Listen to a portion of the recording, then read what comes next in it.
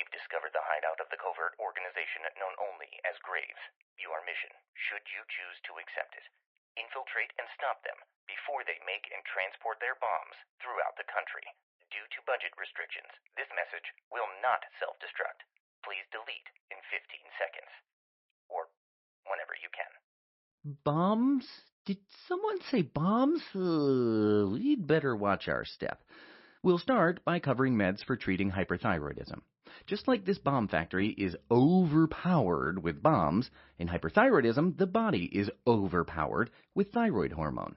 So, let's see what we can do to mess that up. And at the end, we'll cover the thyroid hormone replacement for use after the thyroid has gone kaput for one reason or another. Pew, pew, pew, pew, pew. Phew. Thankfully, the secret agents are already all over it. Let's check them out and see what they're doing to stop this bomb-making factory. We'll start with the thioamides, specifically propylthiouracil, symbolized by these PTU blasts, and methimazole, for which we have all that math. Not just any math, though. Evil math.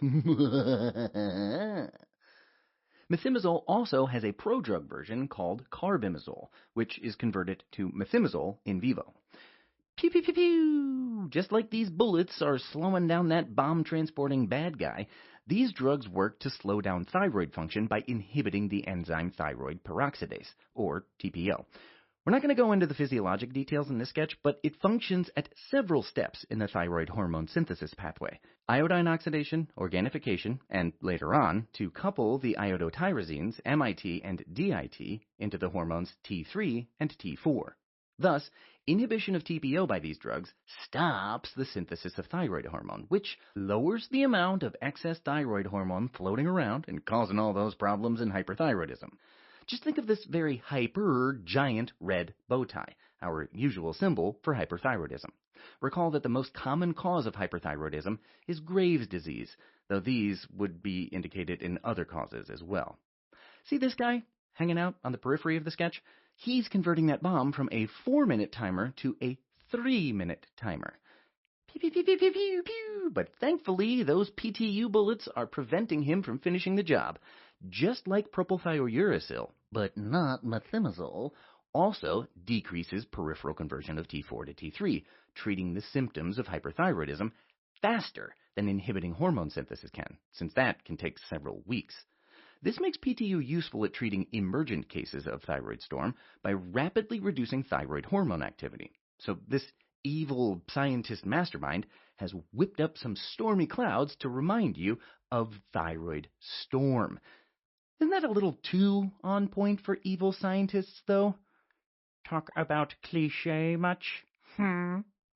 Finally, these can also be used as pre-treatment before surgery or radioactive iodine to reduce chances of thyroid storm by depleting the amount of stored-up hormone. Pew, pew, pew, pew, pew, pew, pew! Uh-oh. I guess those pew-pews were unsuccessful. Those goggles are deflecting bullets. What are those made out of? Polycarbonate? I want some of those. I always drop my glasses and then they scratch and then I can't see. Importantly, although these drugs treat most of the effects of Graves' disease, they do not treat the exophthalmos of Graves' disease, as this is thought to be inflammatory mediated and is treated with glucocorticoids instead. Pew, pew, pew! The most common adverse effect is a pruritic rash, like you'd probably get if you splashed some suspiciously radioactive material on yourself. Other reactions associated with these medications include urticaria, a lupus-like reaction, fevers, nausea, vomiting, dermatitis, and even arthralgias. ANCA-associated vasculitis is another association, seen more with PTU. The most dangerous adverse effect is agranulocytosis, as shown by these falling sand granules in this timer. You know, it's interesting they have those fancy digital timers for the bombs, but the scientist is still using a sand timer for the chemicals? Is there an abacus around here too, bud? We might want to back away from those bombs a little faster than we thought. This puts patients at risk for severe infections, particularly oropharyngeal infections, but thankfully is reversible on discontinuation of the drug. Pew pew! While those are related to both PTU and methimazole, they each have their own personal issues too. PTU is associated with hepatotoxicity that can lead to hepatic failure. For this reason, methimazole is preferred for most patients. Uh-oh, I think someone's pet has escaped. Dang, this bomb plant is getting more dangerous by the second. The exception is in the first trimester of pregnancy, because methimazole is a known teratogen in the first trimester. So we've got our classic teratogenic tarantula. Say that 5 times fast. Patients can be switched back to methimazole for the second and third trimesters to avoid PTU's toxicity. Speaking of pregnancy, note that both PTU and methimazole cross the placenta, which causes a transient hypothyroidism in newborns, which usually resolves when the drug is cleared after a few days. He doesn't know how to tie a bow tie at his age. He's a baby, for gosh sake.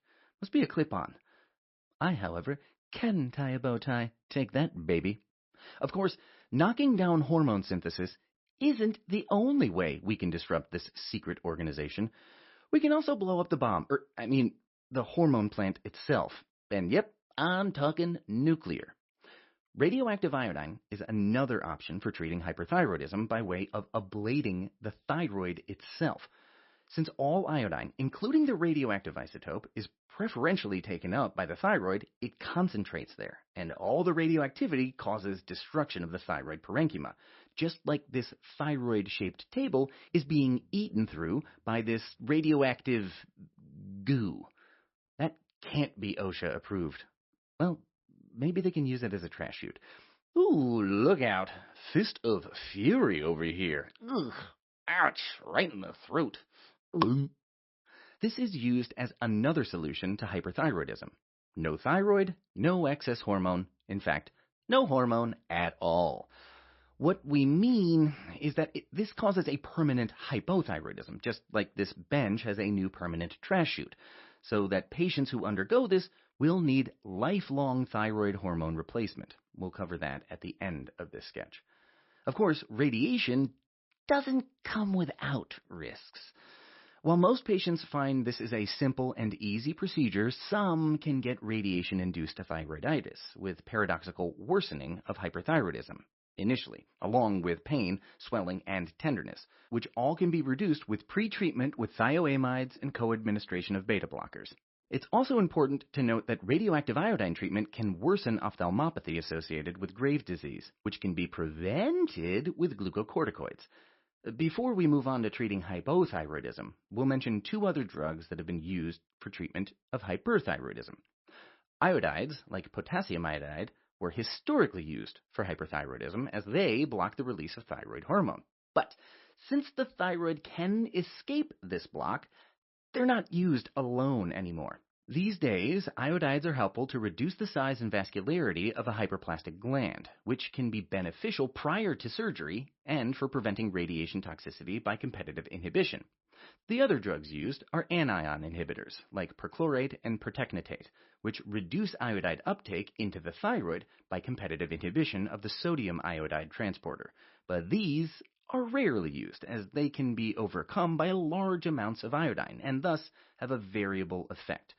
We've got these packing peanuts being transported to help remember it's the sodium iodine transporter, since peanuts are our symbol for sodium. All right, let's say we use that radioactive iodine, and now the hormone factory is blown up. But now there's no synthesis of thyroid hormone, which is not okay. Agents, evacuate. The bomb is about to blow. For a systemic lack of thyroid hormone, the answer is simple. Give back the hormone. For this, we use levothyroxine.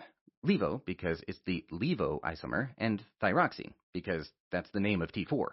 Just check out this synthetic T4 bomb to help you remember that the mechanism is just the same as the hormone T4 itself. T4 is converted in peripheral tissues to the more active form T3, which then floats on into the nucleus to exert its normal effects on metabolism. Thyroid hormone replacement is indicated for all causes of hypothyroidism, so we brought in our symbol for hypothyroidism with an united bow tie. Wait, united? Are these flight attendants? Oh, wait, it says untied. Sorry, my glasses are still scratched. This includes post-surgical and post-radioactive iodine, and even congenital hypothyroidism, where prompt treatment prevents intellectual disability and developmental disorders in children. Quick, run faster, you haven't moved anywhere, you're still at the bottom of the stairs, the fuse is already lit. Hey, wait a minute. I thought it was synthetic. How come there's a fuse on it? Something fishy's going on here. I can smell it. Levothyroxine has a characteristically long half-life, like this excessively long fuse, with one dose enough to maintain serum levels for the whole week. So missing a dose here and there is fine. More than 7 days, and you'll want to get your patient on some IV levothyroxine. Serum levels should also be monitored at regular intervals to adjust dosing as needed. These are the fancy bombs. Looks like you can adjust the explosivity of it. Which reminds me that dose adjustment is frequently necessary for levothyroxine because of interactions with drugs like SERMs or estrogen or antacid, or the patient's condition like pregnancy or growth spurts in kids. Adverse effects are rare when the correct dose is given. Of course, give too high a dose and you've thrown your patient into subclinical or even overt hyperthyroidism, and your patient would show the classic signs of hyperthyroidism, not to be confused with the tremors and diaphoresis associated with standing next to a bomb with a lit fuse. Dosing errors are the most common cause, but can also be seen in patients that try to use levothyroxine for weight loss or if they suffer from factitious disorder.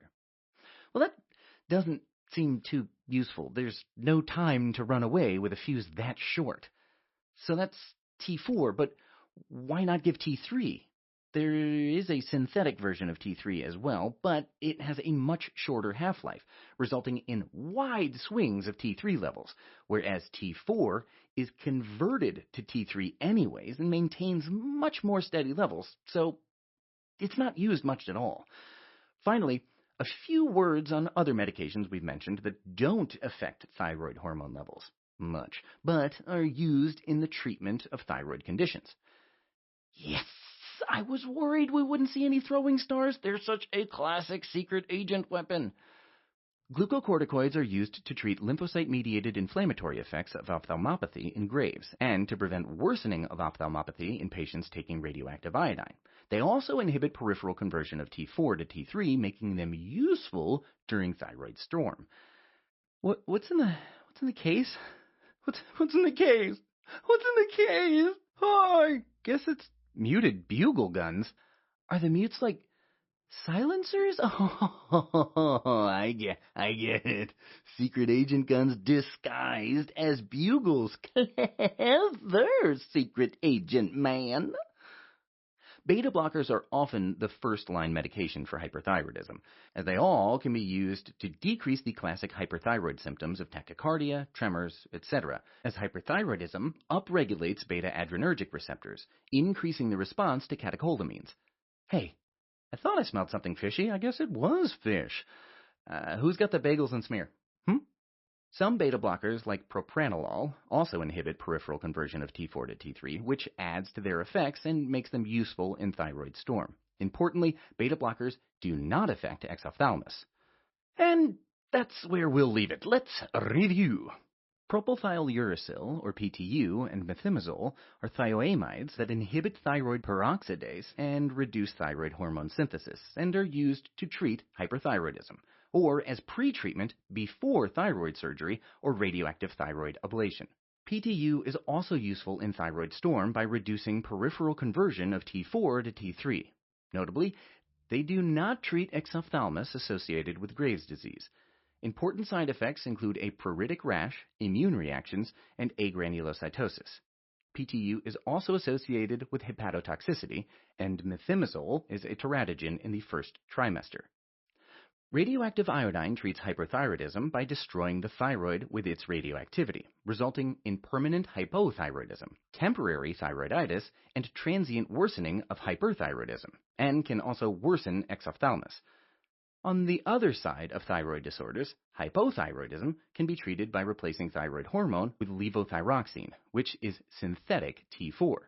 It has a very long half-life, so missing a dose or two is not the end of the world, but it can require lots of dose adjustments because of interactions with other medications and patient conditions. True side effects are very rare, but over-replacement or overuse of levothyroxine can result in hyperthyroidism and all the classic associated symptoms. Other drugs involved in the treatment of thyroid condition are aimed at symptoms, not thyroid hormone. Exophthalmos due to Graves' ophthalmopathy? Try a secret agent throwing star surprise attack with a glucocorticoid. Systemic effects at peripheral adrenergic receptors? Throw on a beta blocker. Congratulations, agents. Mission accomplished. But seriously, you need to delete this message.